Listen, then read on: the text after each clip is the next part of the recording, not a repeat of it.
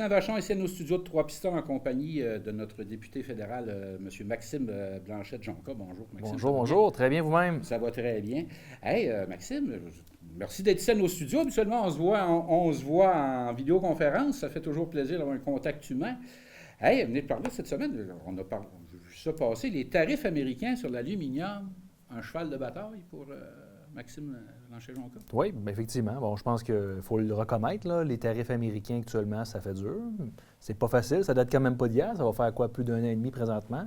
Mais il y a une chose que les gens doivent savoir, au Québec, l'aluminium qu'on produit dans tout le Canada, c'est au Québec que ça se fait en priorité, puis en majorité. 90 de tout l'aluminium qui est exporté aux États-Unis, ça se passe au Québec. Puis là, tout d'un coup, Donald Trump s'est réveillé du mauvais pied un certain matin, puis il a commencé à changer la façon de calculer, notamment les tarifs qui sont imposés sur l'aluminium. Alors, pas besoin de vous dire si on produit 90 c'est nous qui est le plus impacté que possible. Alors, donc, au Bloc québécois, on a commencé à poser des questions en Chambre par rapport à ça au gouvernement. M. Cornet, je ne sais pas de quelle Comme voie. c'est au Québec, j'imagine, que ce n'est pas une priorité nationale. Non. Alors, le Bloc québécois était évidemment le porteur de ballon dans ce dossier-là. On a posé des questions. Le gouvernement, le premier ministre avait l'air un peu surpris, comme s'il n'était pas au courant du dossier. On peut le comprendre dans certains cas, mais en même temps, c'est quand même assez préoccupant de dire que... C'est vrai que c'est quasiment un étranger, notre premier ministre canadien. Je ne sais pas de quel voyage il arrivait, mais tout ça pour dire que finalement, bien là, on leur a fait comprendre que beaucoup de transformateurs, notamment dans le domaine de l'aluminium, parce que je sais que les producteurs, bon, c'est différent. Il y a quand même des gens là-dedans qui en arrachent moins que d'autres. Mais tout ça pour dire que finalement, en posant des questions, en leur expliquant qu'il y avait des gens qui étaient plus impactés avec des nouvelles réglementations. Donc, de fil en aiguille, on a mis de la pression, on a réussi, je pense, à faire mal paraître le gouvernement. Puis c'est un peu comme ça que parfois les gouvernements vont changer leur fusil d'épaule ou ils vont passer à l'action. Donc là, on a eu quelques jours un peu plus tard des modifications par rapport à possiblement des façons de calculer ça qu'on serait plus désavantagés. Mais je pense que ça démontre que le travail qu'on fait, on est proactif, puis voire même réactif dans certains dossiers. Reste à voir ce que le gouvernement fédéral va réussir à faire dans les prochains jours, semaines, voire mois. Mais il faut comprendre une chose, là, que c'est pas normal qu'il y ait un dossier, voire un secteur économique qui est crucial pour le Québec, puis qu'on a un gouvernement qui dit qu'il veut protéger nos intérêts, puis qui n'est pas au courant de certains dossiers. Simplement, il n'y a pas juste l'aluminium qui va mal dans le monde. Là. Ça va mal, pas mal partout. Qu'est-ce que tu sais, guerre en Iran, l'Occident frappe un mur. On s'est aperçu que les Iraniens, ils tenaient à leur autonomie, puis semble-t-il, ils ont les moyens de la sauvegarder. Hey, il se passe quoi avec le Canada, avec ça, la guerre, autant la guerre en Iran? On est où là-dedans, là, nous autres? Je sais que les Européens ont voulu envoyer des bateaux, ils ne savent plus, ils revirent de bord. Nous autres, on va-tu envoyer nos chaloupes? C'est un dossier quand même complexe, sans vouloir le minimiser, mais j'en comprends que... Le brigade de la GRC en skidoo? Le Canada n'est certainement pas un des joueurs, on peut dire, d'importance en termes de puissance de frappe. Canada, on l'a vu, là, je ramène les gens en perspective. Là. Au départ, on avait un premier ministre qui supportait les Américains contre l'Iran. Finalement, il a dit « Ah, je ne suis pas trop sûr » le lendemain, quand il a vu que ça ne respectait pas nécessairement le droit international, que des pays commencent à vouloir attaquer d'autres sous aucun prétexte de guerre. L'ennemi en face est solide. Oui, effectivement. Puis je peux vous dire que dans mon analyse, effectivement, je pense qu'on remarque que la réaction ou encore la persistance, voire la force des Iraniens est plus forte qu'anticipée, là. Parce que ce n'est pas les Américains qui manquent nécessairement de force de frappe. Je pense que c'est comme une guerre d'usure, là, de ce que je peux voir. Mais là, c'est parce que nous, là, on va à station-service, puis ça commence à user, effectivement. Ouais. Je suis solidaire par rapport à ça. Moi aussi, je mets de l'essence dans ma voiture à chaque jour. Ici, le pétrole canadien, nous, il est sur les marchés puis il se négocie sur le même prix que les autres. Après ça, il n'y a pas de préférence nationale là-dessus. Là. Présentement, l'approvisionnement en pétrole provient principalement du Canada et des États-Unis. Après ça, il faut comprendre que le baril de pétrole est négocié sur le cours du marché mondial. Donc là, s'il y a plus de demandes, que ce soit dans un autre pays ou versus un autre, on paye plus cher. Moi, je suis d'accord, effectivement. Puis, bon, là, je pense qu'on a vu un geste favorable de la part du gouvernement canadien qui a retiré une taxe d'assises fédérales. Ça a fait un petit effet, mais il faut se le dire. Là, quand on arrive à 2 $ le litre d'essence... C'est parce que cette scène-là, il y a des gens qui me disaient, oui, mais c'est 8 ou 9 milliards par année qu'on perd. Ça veut dire en services sociaux. Il faut le dire. Quand on... quand on donne à quelqu'un, c'est surtout qu'on perd à quelque part. Puis moi, je pense que le message là-dedans que je peux envoyer à la population, puis c'est la vision de mon côté, c'est que, imaginez, là, je pense que là, on a voulu alléger le portefeuille des contribuables. Je suis totalement d'accord avec ça, moi, là, pas de problème. Mais comment ça se fait qu'on réussit encore à donner des milliards de dollars à des entreprises pétrolières et gazières qui sont déjà richissimes? Milliardaires. Puis qui nous vendent. Ils nous vendent leur stock sur le prix du marché avec aucune préférence nationale. On se rappelle, là, dans le temps de la pandémie, là, il y avait beaucoup moins de demandes là, pour le pétrole. Les gens ne pouvaient plus sortir. Alors, tout ça pour dire qu'ils ne nous faisaient pas de cadeaux quand c'était le temps de le faire. Alors, moi, je pense que c'est un peu ça, dire, OK, c'est bien beau vouloir alléger les taxes puis aider les contribuables à mettre de l'essence dans leur voiture. Puis, bon, là, on parle de l'exemple de l'essence, là, mais tout est relié, vous le savez, là, que ce soit l'épicerie, tout ce qui nécessite. Le camion qui amène votre épicerie, là, il met de l'essence. Là. Exact. Alors, moi, je pense que c'est plutôt ça. Puis, la question initiale, c'était beaucoup plus, bon, où se situe le Canada? J'ai envie de dire que c'est plus un rôle d'observateur qu'on a actuellement, là. On est dans les limbes. Oui. Bon, je pense une chose qui est assez consensuelle là, dans la population au Québec, puis voire même dans le reste du Canada. Il n'y a personne qui se précipite là, aux portes pour dire hey, il faut aller en guerre. Là. Pas nos affaires. Il y a des choses que, bon, les gens jugent que ça ne nous appartient pas. Peut être solidaire pour contrer certains des régimes autoritaires. Là, on va se le dire, en Iran, on n'est pas dans une démocratie. Donc, voyez-vous, c'est un peu ça. De dire, le Canada actuellement, je pense qu'il y a déjà de la difficulté à assurer sa souveraineté territoriale. Et sa démocratie, je vais faire du chemin là-dessus. On va y aller là-dessus. Je vais faire du chemin. Je t'en parlais de là, ici au Canada, là, ce fut jadis RIP démocratie. Hey, on a une majorité artificielle. C'est la première fois de l'histoire qu'un gouvernement minoritaire devient majoritaire à cause de transfuges. Il devrait y avoir une loi contre ça. Tout à fait d'accord avec ça. Les citoyens n'ont pas voté pour un transfuge, ils ont voté pour quelqu'un d'un parti. On est d'accord. On ramène ça un peu dans l'histoire. Là. Avril 2025, le gouvernement fait une élection au fédéral. Bon, les libéraux sont reportés minoritaires. On se rappelle, là, Justin Trudeau qui avait quitté le navire en fracas. On a ramené M. Carney. Avant Mme Perry ou après, on ne sait plus. Oui. Donc là, finalement, minoritaire. Donc, il était à 168 députés, là, pour être plus précis pour les gens qui nous écoutent. Pour avoir une majorité présentement au Parlement au Canada, ça prend 172 députés. On se comprend, là, 168 à 172, il en manquait pas gros. Mais la volonté de la population, le vote populaire, c'est un gouvernement minoritaire. Là, finalement, M. Corneck, son équipe, a commencé un peu à convaincre des gens de traverser vers le Parti libéral. Bon, on va résumer ça. Il y a eu 4 députés conservateurs et une députée démocrate qui a traversé chez les libéraux. Il y en a eu 5 dans les 5 derniers mois. C'est quand même pas banal. Puis comme vous le dites, c'est jamais arrivé. Là. J'allais dire, c'est pas arrivé souvent dans l'histoire, c'est jamais arrivé. Alors là, c'est la première fois que dans un Parlement, il y a un gouvernement qui acquiert sa majorité avec des transfuges. Moi, je dénonce ça, évidemment. Là. Je trouve que c'est une atteinte à la démocratie. C'est un déni de démocratie. Les gens n'ont pas voté pour un gouvernement majoritaire. Alors, pourquoi, là, il veut obtenir des pouvoirs majoritaires? Est-ce que ça a changé quelque chose en Chambre? Oui, là, il faut expliquer. Là. Moi, je voyais déjà l'attitude, premièrement, des gens, là, de dire j'ai plus de reddition de comptes à donner aux partis d'opposition, on va être capable de décider pas mal tout seul. Une attitude un peu arrogante à travers tout ça, là, puis je dirais au terme que moi, je dénonce évidemment. Ce que ça change, grosso modo, c'est que là, le gouvernement peut adopter ses budgets, ses projets de loi, sans nécessairement avoir l'appui des partis d'opposition. Alors, ça, c'est majeur là, comme changement. L'autre chose aussi, c'est en comité. Ça, je le vois. Puis, les gens qui écoutent par les médias, on voit régulièrement à la période de questions, là, les gens qui se tirent les cheveux ou qui se créent des bêtises, mais il y a beaucoup plus que ça. Là. Derrière les rideaux, il y a du travail de fond qui se fait dans les comités. Dites-vous, il y a une trentaine de députés sur différents sujets, que ça peut passer de l'agriculture à la science, au transport, à plein de choses. Puis là, c'est l'ordre du jour de la Chambre des communes. Oui, et qu'est-ce que ça nous permet de faire en comité? C'est d'aller creuser certains dossiers, de faire des études sur des sujets qui n'a pas pu être fait en période de questions ou dans des projets de loi ou dans des débats. Donc, ça nous permet de faire du travail en parallèle, puis aussi d'assurer une reddition de comptes au gouvernement. Et là, ce qui se passe en comité actuellement, c'est que les libéraux, pas plus tard qu'il y a quelques jours, ont déposé une motion pour changer la composition des comités. Donc là, ils vont s'assurer d'avoir la majorité en Chambre, comme ils l'ont actuellement. Et en comité. Donc ça change aussi la donne.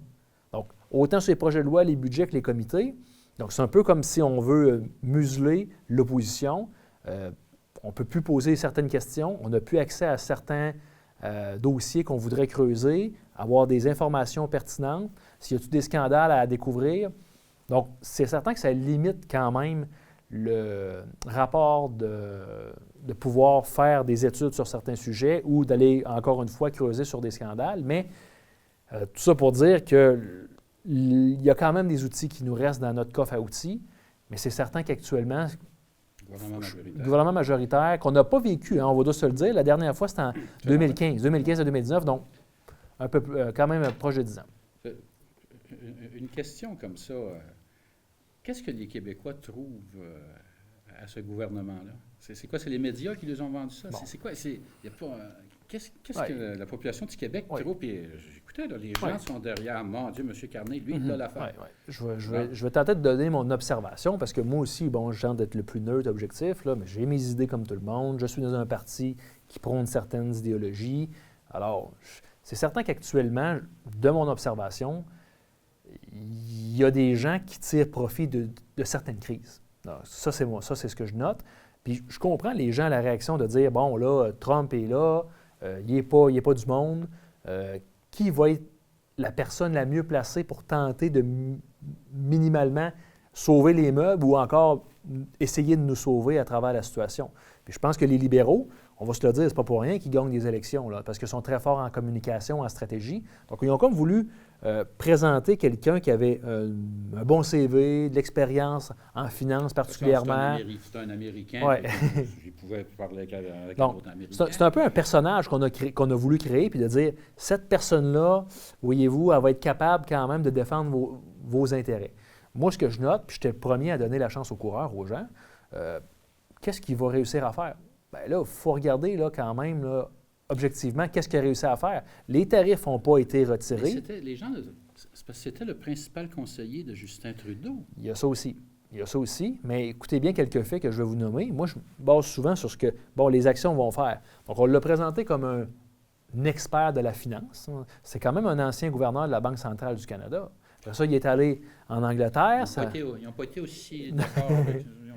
Bon, on va se le dire, ça n'a pas si bien fini ça, sa carrière en Angleterre. Finalement, il est revenu ici au Canada, il était aux États-Unis, là, PDG d'une grande entreprise là, qui s'appelle Brookfield. Et là, il était nommé, il fait un premier budget comme gouvernement. C'est arrivé à l'automne dernier. Qu'est-ce qui arrive? Le plus gros déficit de l'histoire du Canada. 78 milliards de dollars. On ne parle pas du budget, on parle du déficit. Déficit. Donc, le chiffre en rouge. Il y a des gens qui disaient que Justin Trudeau était dépensier. Moi, j'ai envie de vous dire que Mark Carney fait passer Justin Trudeau comme une bonne sœur économe. Là. Donc, ça, c'est la première chose. Il dit, je suis bon en finance, faites-moi confiance, je vais bien gérer votre argent. Finalement, il nous ramasse avec le plus gros déficit. Et là, il nous dit, je vais vous régler les tarifs. Finalement, il n'y a pas de tarif qui est réglé, il n'y a aucune négociation. Et là, il nous rapporte ça à l'été, au mois de juillet 2026, pour dire, il y a une nouvelle entente de libre-échange avec les États-Unis et le Mexique qu'il faut renégocier. Puis peut-être qu'on va réussir à faire de quoi. Là. L'Amérique du Sud aussi, là, je parlais des producteurs bovins, là, ils commencent à... Il y a plein de gens qui sont inquiets actuellement. Je pense aux agriculteurs, la gestion de l'offre, un système qui protège notre modèle agricole ici pour la production du lait, la volaille, les œufs. C'est des secteurs névralgiques de notre économie, surtout en région ici. Mais là, c'est comme de dire, je pense qu'il a mis tellement la barre haute que, voilà, il ne pouvait que décevoir. Cependant, ce que je constate, c'est que le climat géopolitique est quand même encore instable à certains égards. On a eu, encore une guerre qui est déclenchée en Iran. On a vu les perturbations sur l'économie. On le voit sur le prix de l'essence, etc. On voit les Somaliens se mettre de la partie, là, de le fermer là. Donc, il y a ça. Donc, c'est un peu le contexte. C'est comme si M. Carney et puis son équipe s'est dit, regardez, là, j'essaie de faire mon possible, fait des rencontres un peu aux quatre coins de la planète. Il me fait penser à Emmanuel Macron. C'est drôle, hein? C'est ce genre de... C'est rattaché, encore une fois, au Forum économique de Davos. Ce genre de... Le lien que je peux faire, c'est des gens qui sont issus du monde de l'élite financière. L'élite financière. Mais la réponse à la question, c'est, je crois que c'est un peu ça, sans dire que les gens l'adorent, mais voient que la situation est tellement difficile qu'ils essaient un peu de donner la chance aux coureurs. Moi, je commence de plus en plus à entendre, cependant, que les gens commencent à se méfier aussi des libéraux et de Mark Carney, parce qu'il n'est pas la personne qu'il prétendait qu'il disait être. De toute façon, à part le déficit, là, avez-vous vu l'inflation? Là, c'est parce que ça marche dans les deux sens, là. Oui. Puis permettez-moi quand même de dire une chose que moi, je n'ai jamais vue dans les dernières années. Je suis à la Chambre des communes quand même depuis les 6 dernières années. C'est un habile stratège, là. Donc là, il a pris des morceaux également de la plateforme conservatrice. C'est pas pour rien qu'il a réussi à faire traverser 4 députés conservateurs. C'est bien parce que le repas qu'il voulait servir, ça sentait quelque chose que certains conservateurs aimaient, ou encore qu'ils craignaient peut-être pour leur siège aux futures élections, puis on dit peut-être aller avec les libéraux pour s'assurer de repasser aux prochaines élections. Mais oui, donc là, il essaie un peu là, d'aller gruger des votes dans la base conservatrice. Et ce que ça fait par la bande, c'est aussi que ça neutralise son opposition officielle, qui est les conservateurs. Donc là, le même discours, ça ressemble à ça. Donc là, le gouvernement prend le discours de son adversaire. L'adversaire, il ne sait plus comment se positionner. Puis bon, il y a des choses quand même positives qui ont été faites un peu dernièrement. J'ai parlé tantôt du retrait de la taxe d'assises. Je pense que ça aurait pu être fait avant, on va se le dire, puisque le prix de l'essence et l'inflation, ça ne date pas d'hier. Là. On a eu la pire crise de l'inflation dans les 40 dernières années. On a quand même vu ça dans les derniers mois, puis voire même dans les dernières années, puis il n'y avait pas eu de changement là-dessus. Là, on achète un petit peu des votes, puis encore la faveur populaire. Il y a une mesure qui va rentrer en vigueur dans les prochaines semaines par rapport à l'épicerie. Mais c'est tout le temps, au lieu d'aller aider de façon structurante, on aide à gauche, à droite. C'est un peu comme pour l'histoire pour les soins dentaires, les dentistes. Là. Ah, tout le monde doit avoir un dentiste. Il n'y a pas assez de dentistes. Ouais. Même chose, je suis d'accord avec ça. Écoutez, l'idée est bonne. Je pense que comment on a structuré l'idée puis on l'a déployée, là, ça, c'est un échec. C'est parce qu'ils font tout ça à mi-temps, le gouvernement fédéral. Ils n'ont pas d'actuaire. Comment dire? Je pense pour moi, où est-ce que le bas blesse le plus, là, parce que j'ai des gens qui m'appellent là, à mon bureau et qui ont des problèmes avec ce système-là, là. Le régime canadien de soins dentaires. Au début, premièrement, les dentistes ne voulaient pas s'inscrire parce que là, ça fait affaire avec une entreprise privée qui est Sun Life. Donc, imaginez, là, on a pris notre argent, là, puis on l'a confié à une entreprise privée. Il dit donnez des services publics, mais vous êtes une entreprise privée. C'est parce que Sun Life, là, il va se prendre une cote. Hein? Son but dans la vie, ce n'est pas d'offrir des services publics puis que les gens en aillent le plus pour leur argent. C'est de faire de l'argent. Mais la Sun Life, c'est pas M. Desmarais, ça?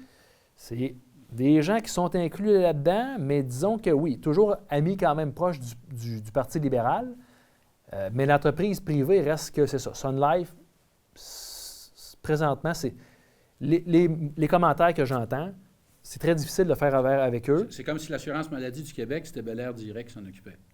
Ça ressemble pas mal à ça. Alors, moi, ce que je dis, l'idée est bonne, mais je pense que si le gouvernement fédéral avait vraiment voulu être plus efficace dans le déploiement du programme, puis répondre même à plus de besoins, puis qu'on en avait plus là, pour notre argent, on aurait pu transférer les sommes au gouvernement du Québec, puis de bonifier la Régie d'assurance maladie du Québec. Présentement, là, la RAMQ a déjà un programme qui aide notamment les personnes mineures ou des personnes à faible revenu. Donc, ils sont déjà habitués. C'est parce que le prestige, il ne sera pas au même endroit. Mais encore une fois, c'est ça. Donc, puis je vais vous dire bien franchement, je vous partage que moi, je suis au comité de la santé, je suis le porte-parole en matière de santé au Bloc québécois. Ça fait des mois maintenant que je fouille, je gratte, je tente de colliger de l'information pour savoir, l'idée est bonne, mais là, le programme, il fonctionne-tu comme qu'il nous a dit qu'il devait fonctionner? Et je vous garantis une chose, le gouvernement n'est pas très ouvert à vouloir nous transmettre des documents. Il y a même eu un audit, donc une évaluation, on peut dire, de performance par rapport au programme. Ah, c'est bizarre, il n'est pas public. Donc, on voit. Donc, ça, c'est mon travail en tant que parlementaire, député, de dire... Tout de suite, là, ça a l'air louche. Ça ressemble à ça. Un gouvernement qui produit en commission des documents, puis après ça, qui dit que... Donc, surtout les commissions publiques. Hey, c'est-tu la même affaire pour Post Canada? C'est-tu le même... Ils gèrent tout ça de la même manière? Bon, Post Canada, hein, quoi dire? Je pense qu'il y a des gens... Ça, du coq à l'âne, je pense qu'au niveau de l'administration, ça doit être pareil. Oui.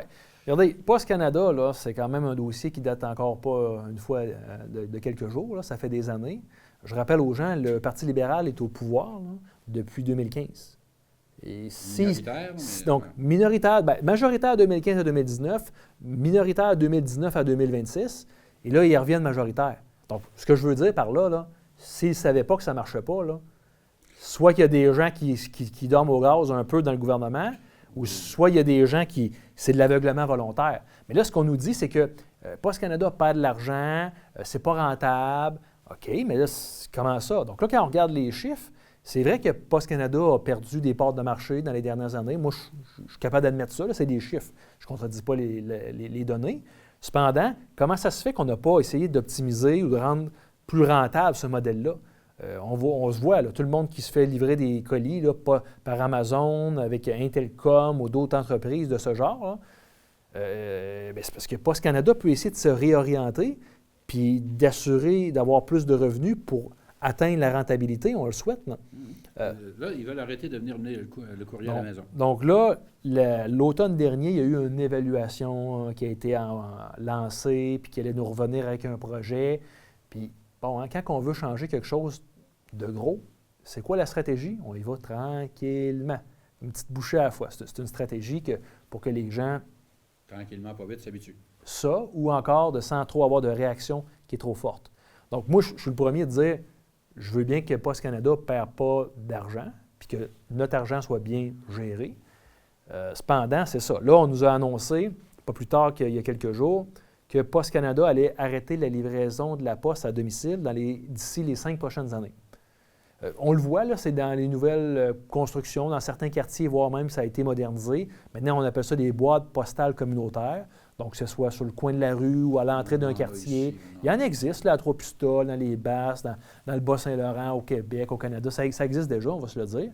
Je ne suis pas en défaveur, mais en même temps, je me dis qu'il ne faut pas que ça se fasse sur le dos aussi des plus vulnérables. Tu sais, je pense aux personnes handicapées, personnes à mobilité réduite, des personnes aînées.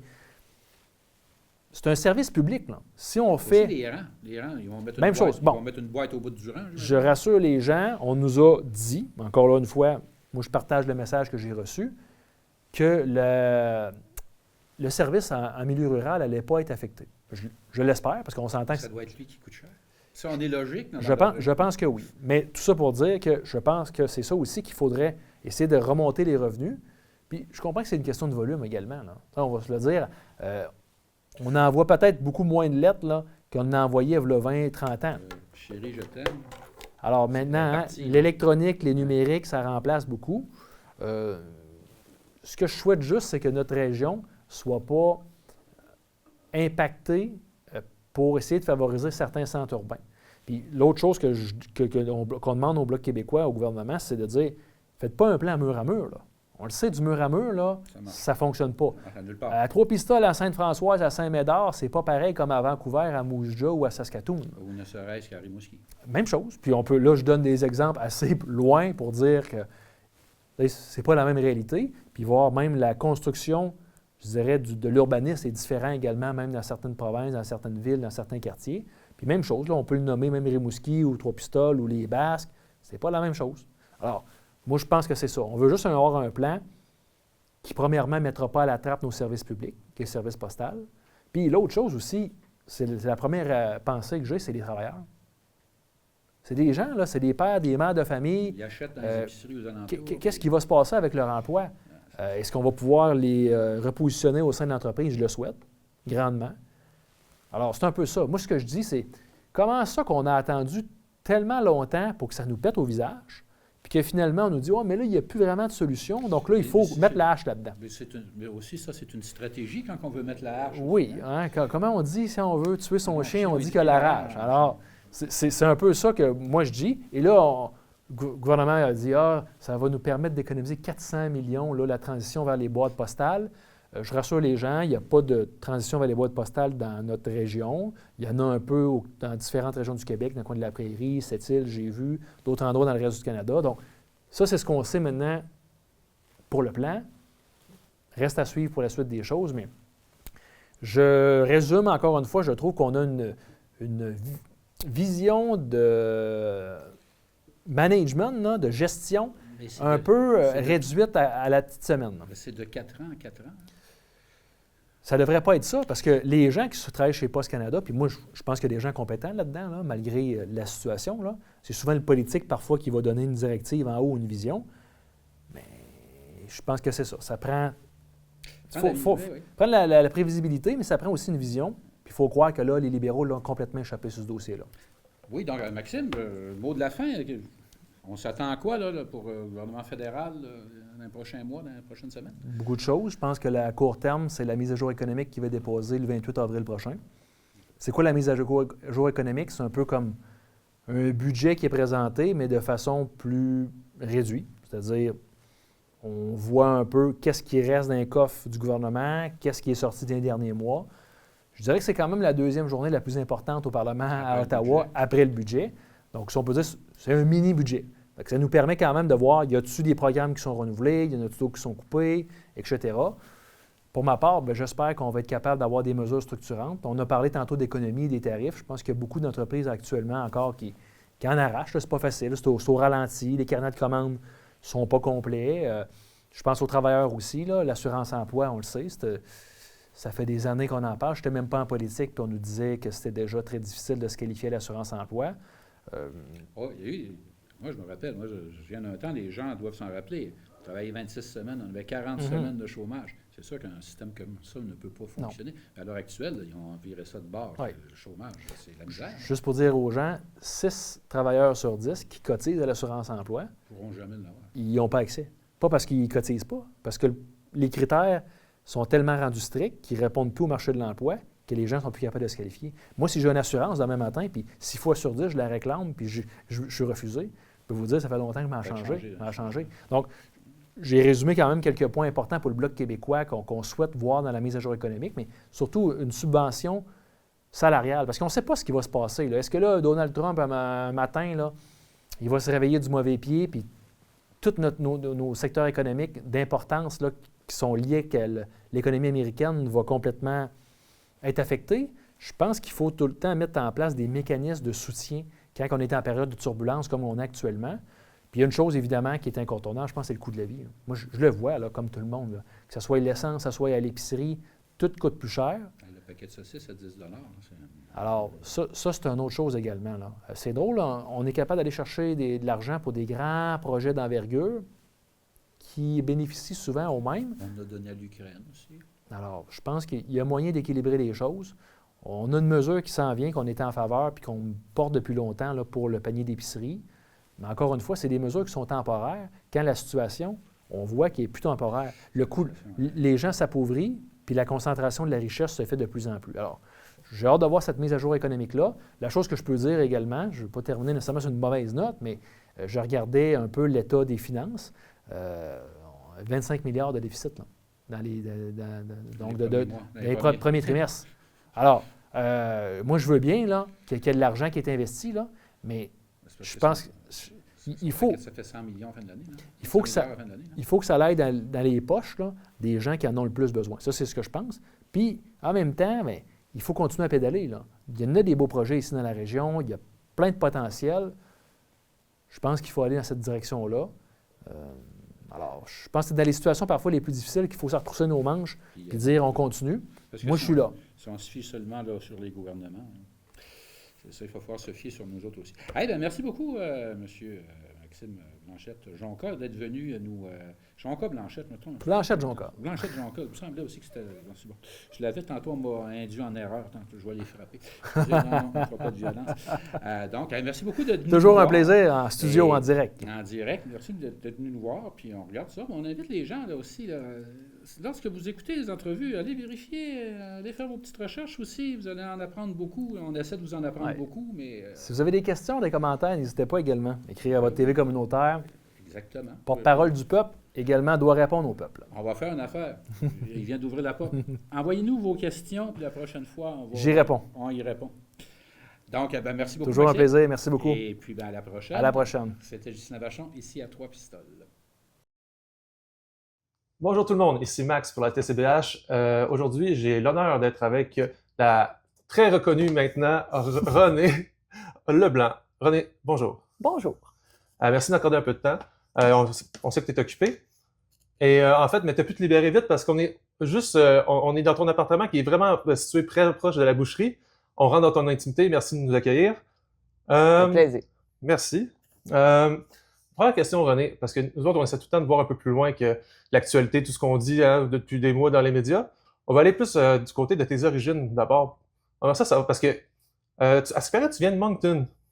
Ouais, en fait, je suis originaire plus du nord du Nouveau-Brunswick même. Là, on n'en a pas parlé beaucoup, mais de Tirocher, plus exactement.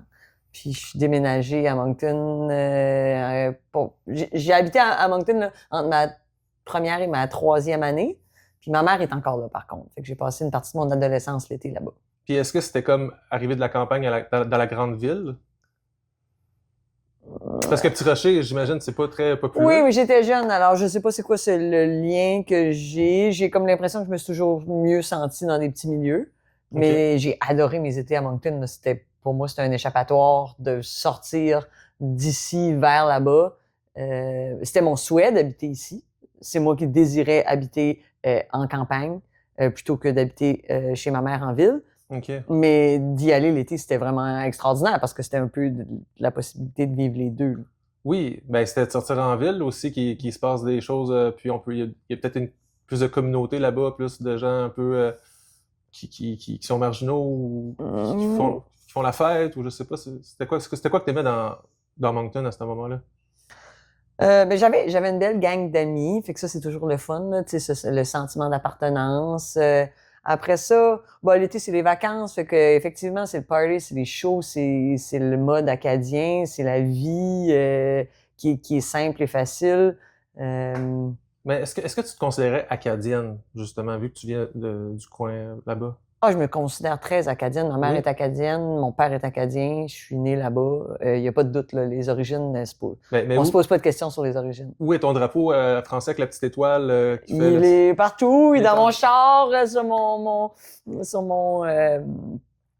mon miroir de voiture, puis dans mon cœur. Là, si on considère que l'Acadie n'a pas de frontières, mon fils se considère acadien lui aussi, ayant des origines acadiennes, même s'il est né au Québec. Tu lui as transmis ça? Oui, pour ma mère, c'est super important. Puis de parler français en Acadie, puis de le vivre, là, cette communauté-là, tissée serrée, accueillante. C'est le fun. C'est des valeurs que tu as peut-être retrouvées en venant t'établir dans le coin de Trois-Pistoles? Oui, certainement. Le côté petit milieu où les gens s'entraident. Là. C'est ça le feeling là, quand on est en Acadie. Là, je veux dire, il y a comme un feeling de groupe puis de milieu serré qui se sont toujours tenus. Je pense que ça vient de l'histoire, ça vient du passé. Ça fait partie des racines de la communauté, dans le fond, avec tout ce qui est arrivé aux Acadiens. Oui, puis c'est des valeurs qui me parlent, des valeurs de party, de fête, puis de célébrer le être ensemble, finalement. Parce que c'est un peu ça, là. Pas besoin de grands déploiements, moi, pour être heureuse, là. Des amis, de la bonne bouffe, ça répond pas mal aux critères numéro 1 pour faire une soirée, puis à la limite, une vie réussie. Bien entourée, ça marche. Donc, c'est pour ça que tu te déploies avec autant d'énergie ici. C'est parce que c'est ça. Les gens se nourrissent de ça aussi, de l'amitié, puis de... Oui, mais tu sais, je pense que rapidement, dans l'adolescence, j'ai trouvé un milieu où je me sentais bien, tu sais, où j'avais des amis puis qui avaient des liens solides qui se tissaient, puis ces liens-là existent encore. Après ça, il y a plein de monde à Trois-Pistoles, c'est le fun. Tu sais, ça s'est développé dans les dernières années, puis j'adore vivre ici, là. C'est un endroit que j'adore. Fait que je retrouve ça ici. C'est les soupers, c'est les bonnes bouffes, c'est toutes les raisons sont bonnes pour faire un party. T'as vu ma nouvelle table de pool? Oui. C'est ça, c'est juste une occasion de plus pour se réunir ensemble. Puis là maintenant, il y a des enfants dans le lot, puis on aime ça, puis tout le monde est le bienvenu. Ben, tu m'amènes à quelque part, c'est le 10e anniversaire de la boucherie, là. Ouais. C'était un sacré gros événement, là. Malheureusement, on n'a pas eu... on ne pouvait pas envoyer quelqu'un sur le terrain à ce moment-là, mais j'étais à la buvette à ce moment-là. Je le voyais de loin et c'était... Wow! C'est comme si le cirque était en ville, là, pratiquement. On a fini ça à la buvette, effectivement, aux petites heures du matin, mais ouais, c'était un beau party. C'est quelque chose que je voulais faire depuis longtemps. De genre réunir les gens, là. J'avais comme cette idée-là qui se construisait. Après ça, le documentaire a comme justifié de mettre un peu d'ampleur là-dedans, puis de créer comme un événement, puis de dire, c'est plus important qu'on pense. Ouais, mais tout ce discours-là que je tenais dans les dernières années, de réaliser à quel point il y avait beaucoup de gens liés à ça, Puis c'est pas nécessairement des gens qui se parlent. J'ai pas réussi à réunir tout le monde que j'aurais aimé, mais tu sais, il y avait des producteurs de légumes, de viande, les transformateurs. On était beaucoup dans l'univers de la restauration. Les ouvriers, les clients. Ouais, les clients, mes anciens employés, certains de mes anciens employés, puis les employés actuels. Puis il y avait comme une espèce de synergie tripante. Puis juste du monde qui avait envie d'être là puis faire le party avec moi. Là. Un esprit de famille un peu.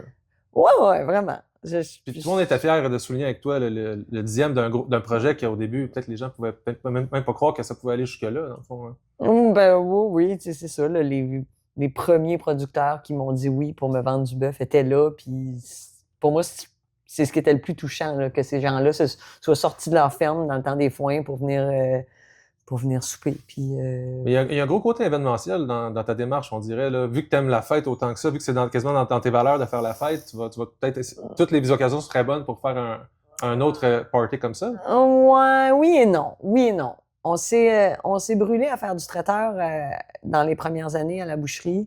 On en a fait beaucoup. On en a fait pour se faire connaître, faire rentrer les gens, pour que les gens de la communauté... c'est pas tout le monde qui ose rentrer dans une boucherie. Là. On a découvert ça avec les années.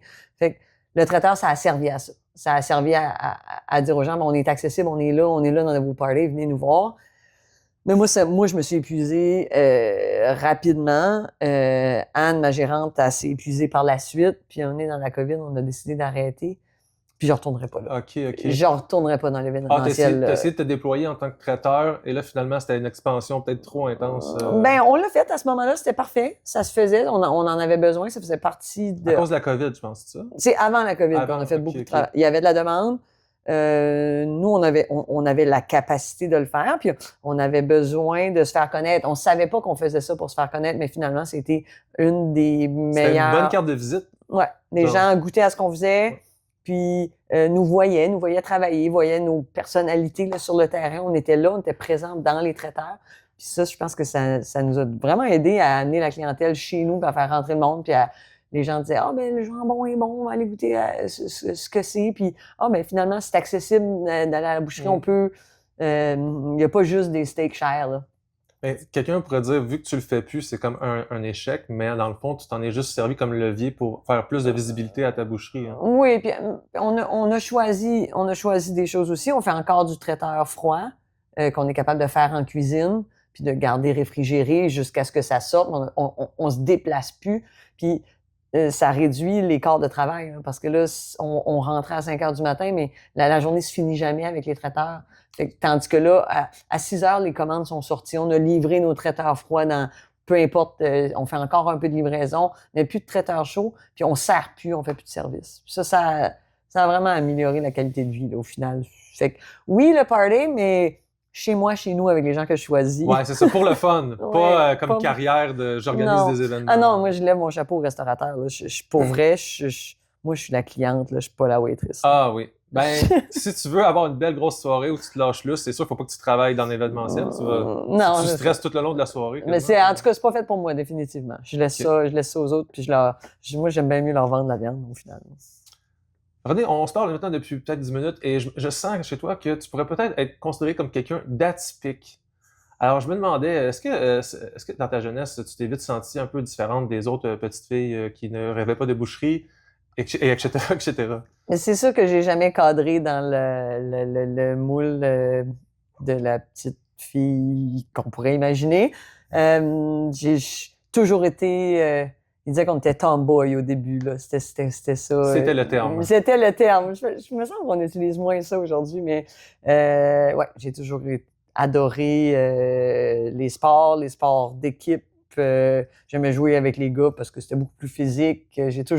Ça fait partie de mon environnement. Puis tu sais, j'étais fille unique, fait que c'était naturel pour mon père. Mon père, lui, que je sois fille, garçon, il n'a jamais eu, il s'en foutait complètement. Alors c'était naturel de me donner des tâches qui auraient pu être vues comme masculines. Ouais, qui auraient pu être vues comme masculines. Mais moi, j'ai jamais réfléchi à ça, en fait. Ou très, très peu. Je savais que j'étais tomboy, mais Puis tes parents t'en parlaient pas, puis c'était juste bien ordinaire. Non, mon père, il me faisait chauffer le tracteur puis charrier des chaudières de moulée. Pour lui, c'était tout à fait normal. C'était tout à fait normal. C'est jamais... On ne m'a jamais fait sentir que ce que je faisais, ça avait quelque chose de pas correct. Là. Au contraire, ils me disaient que j'allais pas assez vite puis que je devais mettre plus de mouline dans les chaudières. Fait qu'ils t'ont jamais fait sentir tu devrais agir comme ça vu que t'es une femme. Oh, non, Vraiment. définitivement Fait qu'ils sont pas. très progressifs même s'ils sont peut-être nés plus dans les années 60, 70. Ah, ben oui, ils sont mais très progressistes, à ce ma mère est définitivement une femme d'exception, avec énormément d'ouverture. Puis mon père était peut-être un gars un peu plus conservateur, quoique que certains diraient que non. Mais ça faisait pas partie des discussions. Ça faisait pas partie de notre environnement. J'étais juste une fille qui travaillait sur la ferme, c'est tout. Puis tu as dit que tu aimais beaucoup le sport et on m'a dit en grande primeur que tu avais joué beaucoup au basket à Trois-Pistoles. Ouais. Ouais, tu étais vraiment dans la gang des sportifs de basket. Ben oui, je joue encore au basket d'ailleurs. Vraiment? On joue les mardis soirs, la gang de filles. On est une douzaine, quinzaine de filles. Là. On réussit à faire du 5 contre 5 presque tous les mardis. Une espèce d'équipe dans un truc municipal, genre? Ouais. Okay. C'est la Ligue senior là, de basket féminine. On est là. Toujours là, toujours fidèle au poste. Toujours fidèle au poste. On recrute à chaque année. Les filles qui ont déjà joué au basket sont toutes les bienvenues. Puis, est-ce que tu as déjà eu des ambitions plus intenses à ce niveau-là, comme tu aurais voulu faire des compétitions plus à un niveau comme pas en professionnel? basket, pas en basket. J'ai fait de la compétition de snowboard quand même pas mal. J'en fais encore d'ailleurs. Du snow? Ouais. Puis, mettons, quand tu es arrivé à Trois-Pistoles, là, toute ta jeunesse, mettons, tu pourrais dire, c'est quoi qui t'aimait le plus de Trois-Pistoles d'être dans cette ville-là, qui te donnait le plus d'avantages par rapport à d'autres villes, mettons? Je sais pas. Tu sais, quand je suis déménagée ici, j'avais 9 ans en 4e année. C'était pour 1 an. J'ai dit à ma mère, j'habitais avec ma mère, mon père venait de s'acheter une nouvelle ferme, un homme avec qui j'avais jamais habité vraiment. Ils étaient séparés depuis que j'étais toute jeune. Okay. Puis, ma mère a dit, ben OK, mais tu vas l'essayer pour 1 an, puis après ça, tu reviendras. On va faire une année scolaire, c'est ça que tu veux. J'y tenais, là. Je voulais aller habiter sur la ferme. Puis même si j'habitais seule avec lui, je travaillais là, à l'âge de 10 ans, 11 ans. J'ai commencé à travailler à 12 ans. Je travaillais presque tous les soirs, aller nourrir les animaux. C'est pas nécessairement des grosses tâches, mais je veux dire... Et c'était définitivement moins douillet que si j'avais été à Moncton. Là. C'est ce que j'aimais. Puis c'est avec ton père que tu as été initié à la boucherie, dans le fond? Oui. Puis à quel âge ton rêve de petite fille que tu as dit à tout le monde en parle que tu voulais une boucherie est apparu concrètement dans ton esprit? Bien, on débitait la viande des agriculteurs de la région. On débitait l'orignal beaucoup, mais aussi toutes les bœufs, les vaches de réforme que les producteurs abattaient eux-mêmes et venaient nous porter pour manger eux-mêmes. Nous, on avait un permis qui ne nous permettait pas de faire de l'abattage et il ne nous permettait pas de faire de revente non plus. Fait que ça s'appelle de la découpe à forfait. Fait que les gens venaient nous porter leurs animaux, puis on les débitait. Puis mon père allait aider les producteurs à abattre, par exemple, s'il y avait une vache qui se cassait une patte la nuit. C'est des services qui n'existent plus. Là. Mon père, il se déplaçait en camion, il allait aider le producteur, il ramenait la bête à la boucherie. Puis ça me parlait beaucoup. La connexion avec les producteurs, d'avoir le sentiment de nourrir le rang, d'aider les gens, d'être une communauté agricole tissée serrée. Là, cette espèce de lien-là avec l'agriculture on avait des animaux, on avait des cerfs rouges, mais les animaux me parlaient moins. Là, j'aimais les nourrir, j'ai toujours aimé conduire le tracteur, mais ce qui me parlait le plus, c'était vraiment cette relation-là. Là. Puis quand est arrivée la vache folle, cette crise-là a fait tomber drastiquement le prix de la vache de réforme, qui est la vache, la vache à lait, qui est plus capable, qui produit plus de lait, qu'on envoie à l'abattoir. Elle a passé, les producteurs avaient plus rien, avaient $0 pour cette vache-là. Alors on s'est mis, les producteurs devaient les jeter. Puis se débarrasser des corps à leur perte. Oui, et ou les envoyer à l'encamp et avoir 10, 12, 14, 32 cents la livre. Là. C'était des catastrophes. Là. Ils avaient... Puis il y a du monde qui ont fait de l'argent sur le dos de ces gens-là, énormément. Et c'est à ce moment-là où on a fait énormément de vaches de réforme.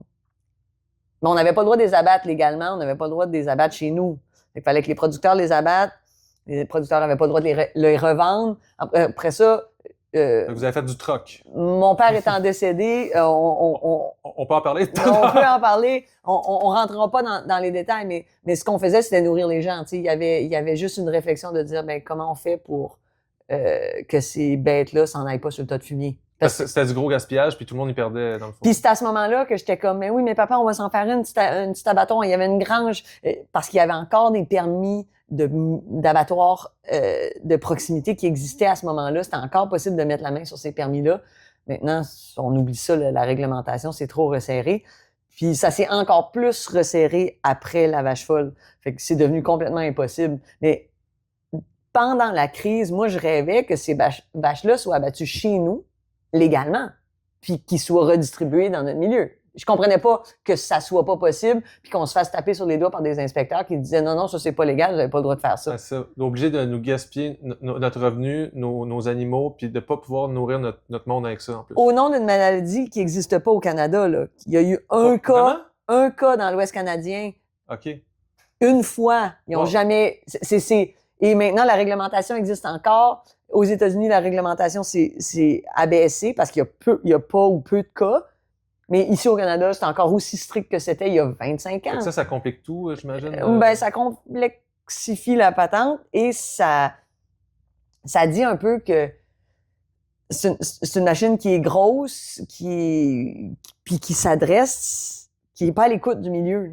Il y a comme des réglementations qui ont été mises en place. Il y a une journée, il y a quelqu'un qui a dit que c'était dangereux, puis il n'y a jamais personne qui a réfléchi à ça par la suite. Fait que c'est aussi frustrant 25 ans après de dire, ben là, on peut-tu faire quelque chose?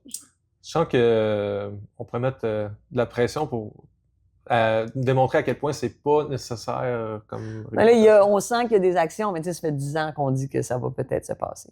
Puis c'est un sujet qu'on n'a vraiment pas abordé dans le documentaire parce que c'était lourd de rentrer là-dedans. Il y a déjà beaucoup de sujets dans le documentaire. Ouais, puis Justin Laramie, dans le podcast Front de bœuf, l'avait quand même bien fait. Fait que là, on trouvait que c'était comme pas pertinent d'aller virer là-dedans. Mais même avant d'avoir écouté le podcast, Karine, la réalisatrice, elle avait choisi d'éviter ce sujet-là parce qu'elle disait, il y en a tellement, on pourrait faire un film juste à t'écouter, en parler. Effectivement. C'est pour ça que c'est intéressant, je me suis lâché lousse parce que j'ai pas eu beaucoup la chance là, d'expliquer cette espèce de processus-là, puis je pense que la fougue puis la passion, elle vient de cette jeune adolescente-là. Qui a vécu une crise de... Ouais, moi j'étais fâché, là. C'était pour rien. Là. Cette colère-là, elle vient juste les images aussi, de voir plein de vaches se faire abattre, puis on va rien faire avec, puis on va les jeter au dépotoir. Moi, ça me révoltait aussi de voir ça. C'est épouvantable. Ouais. Ils l'ont fait en France là, pour une maladie. Là. Ils ont tué des vaches. Là. Ils l'ont fait avec la tremblante on peut pas dans faire le des mouton. Croquettes pour chiens, au moins, ils l'ont fait... je sais pas ce qu'ils font. Ils l'ont fait avec la tremblante dans le mouton, juste un peu après la vache folle aussi. C'est catastrophique. Avec ta boucherie, là, tu pourrais-tu me dire, mettons, parce que ça serait intéressant de savoir, c'est quoi les retombées de Tout le monde en parle pour toi puis ta boucherie en termes de... Le monde veut savoir ce qui se passe maintenant. Là. Ben, c'est drôle, il y a quelqu'un qui m'a dit, tu vas voir, tout le monde en parle, ça va changer ta vie. Puis j'étais comme, OK. T'en as vu d'autres? Non, au contraire. J'étais comme, j'avais aucune idée à quoi m'attendre. En ce moment, on a une belle augmentation. Je pense que ça a touché les gens. Puis ce que ça a fait aussi, c'est que les gens sont allés voir le documentaire. Puis ça, je trouve ça incroyable. L'effort que Karine a mis, la réalisatrice dans la conception de cette affaire-là, puis de nous donner l'opportunité de dire ça, de parler de mon univers, c'est une chance incroyable. Fait que tout le monde en parle, a vraiment mis le documentaire sur la map. Puis je pense que j'ai parlé aux gens des régions. Je veux dire, c'est un discours que je tiens naturellement, mais je pense que les gens, ça leur a parlé d'entendre le monde dire non, mais on est en vie en région, comme on existe, il y a une communauté, puis j'avais pas assez de temps pour dire qu'il y a aussi une communauté culturelle, puis qu'il y a aussi il y a une vie, on va voir des shows, on va à l'école. J'exagère, mais des fois on a le sentiment que cette voix-là, elle est pas beaucoup portée. Puis, fait, pour répondre à ta question, oui, d'excellentes retombées sur la boucherie, mais aussi un beau remerciement puis des producteurs bovins, mais de tous les agriculteurs. Il y a eu comme les gens sont venus à moi en disant, hey, c'est le fun que quelqu'un porte un message que nous, on n'a pas de tribune pour nommer ou qu'on ne sait pas comment dire. En tout cas, je pense que c'était apprécié, puis ça m'a touché beaucoup. Tu as bien parlé aussi, tu as bien résumé les choses, puis tu avais de la répartie. Fait que les gens sont comme, enfin, quelqu'un qui va le dire comme du monde pour que ça rentre au poste, puis que ça ait de l'impact, genre. Ouais, Puis qui n'a pas peur de se faire intimider par une Anne Dorval qui n'aime pas ça voir des animaux se faire assassiner. Mais au final, elle était très curieuse, puis on en a parlé par la suite. Elle avait plein de questions, puis oui, effectivement, elle se sentait touchée, mais... c'est une femme émotive. Oui, mais il y a plein de gens qui sont émotifs par rapport à l'abattage. Moi, ça m'a pas dérangé, cette question-là. Au contraire. Okay. C'est des questions que les gens ont, puis que c'est normal qu'on se pose la question. Hey, c'est quoi la souffrance liée à l'élevage puis à l'abattage, puis comment on peut faire mieux? T'sais. Ça t'a permis de démystifier que ça se passe selon les normes, puis ils sont élevés. Les standards sont élevés. Après ça, on en mange la viande. Hein. Fait que nos standards, on le sait, sont excellents. Est-ce que c'est parfait? Probablement pas. Le mieux, ce serait de faire, comme je disais, l'abattage direct à la ferme. Mais ça, on n'a pas le droit. Ça serait mieux parce qu'on enlève le transport, c'est moins souffrant pour l'animal. Oui, l'animal, il sort de son environnement où il a grandi, mais on est loin d'être là. On est loin de l'abattage qui se promène dans... Ils ont essayé en Abitibi il y a 10 ans, c'était un flop total. OK. Mais toi, justement, par rapport à ça, là, on dirait que tu es en train ben, pas on dirait, mais mes informations me disent qu'il y a un abattoir qui se prépare ou qui est en cours d'être construit pour la région. Non, il y a un abattoir à Luseville, dont okay. dont j'ai des parts depuis maintenant 3 ans. OK, puis il existe déjà, mais là, vous voulez peut-être le faire prendre de l'expansion? Oui. Okay. L'objectif, c'est de faire de la commercialisation. Comme j'expliquais plus tôt, c'est un abattoir qui est seulement à forfait. Donc, c'est les animaux des producteurs qui viennent se faire abattre chez nous. Encore la même formule? Un peu, mais à plus gros volume. Un peu comme ce qui se faisait chez mon père. Les animaux peuvent être débités sur place, puis les gens repartent avec leur viande. Mais là, l'objectif, c'est d'acheter des animaux, de les faire abattre chez nous, les débiter sur place et les redistribuer en restauration ou même en quartier, là, pas débité à une boucherie qui voudrait faire un quartier de bœuf, par exemple. OK. Alors, de faire la commercialisation de ces bêtes-là dans le bœuf, dans l'agneau, puis un peu dans le porc. Puis, dans le fond, c'est comme un peu pour rendre service aux gens qui élèvent des animaux qui sont dans les animaux d'élevage? Bien, certainement. Ça évite que ces animaux-là aillent se faire abattre à Montréal, en Ontario ou à l'île du Prince-Édouard. Beaucoup des bœufs se font abattre à l'île du Prince-Édouard. Les agneaux, il y en a plusieurs qui se font abattre ici, d'autres à Montréal. Puis dans le bœuf, il y en a qui quittent pour les États-Unis. Là. Fait que il y a un objectif de garder la viande chez nous. Mm. Mais il y a aussi comme une offre qui n'est pas si présente que ça. Là. Si une boucherie veut un quartier de bœuf demain matin, il n'y a pas tant d'options que ça. D'acheter comme aux États-Unis, genre? Ou... Ben non, ouais, ben un quartier, le bœuf, ça rentre tout déjà dans des sacs sous vide, là, cassés. Là. Fait que une boucherie qui dit, hey, moi, j'aimerais ça avoir un quartier de bœuf. Il n'y a pas beaucoup d'abattoirs au Québec qui font ça. Il y en a quelques-uns. Ah, OK, parce que, pas comme genre, au lieu d'avoir une carcasse, t'as juste un quartier, genre? Ouais. OK. Si quelqu'un avait des plus petits volumes que moi, par exemple, fait qu'il y aurait cette possibilité-là, entre autres. On a cette possibilité-là en ce moment à l'abattoir, nouvellement. D'acheter juste des morceaux ou des carcasses. Mais est-ce que c'est parce que c'est pas assez rentable pour que les gens reproduisent ton modèle avec l'abattoir? C'est pour ça qu'il n'y en a pas beaucoup? Ben, ça reste que c'est beaucoup de travail, là, de prendre contact avec les producteurs, de trouver des bêtes qu'on aime, de nous-mêmes organiser les transports, les faire transporter jusqu'à l'abattoir, les faire abattre, faire un transport. C'est pas tout, de ce que j'en comprends, c'est pas tous les bouchers qui sont prêts à faire ça.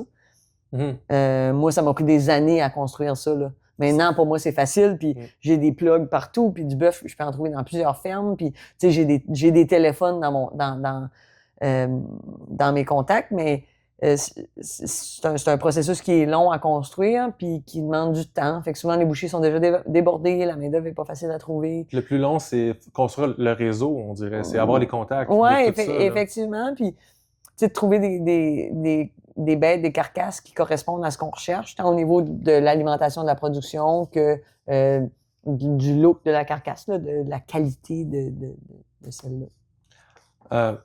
Mais parlant d'abattage, maintenant, là, avec là, je te mène ailleurs, là, mais avec la guerre Iran-États-Unis et la hausse du prix de l'essence, on dirait que ton idée de circuit court fait plus de sens parce que ça coûte bien plus cher à faire venir les choses d'ailleurs que de les produire localement, mettons, on pourrait dire.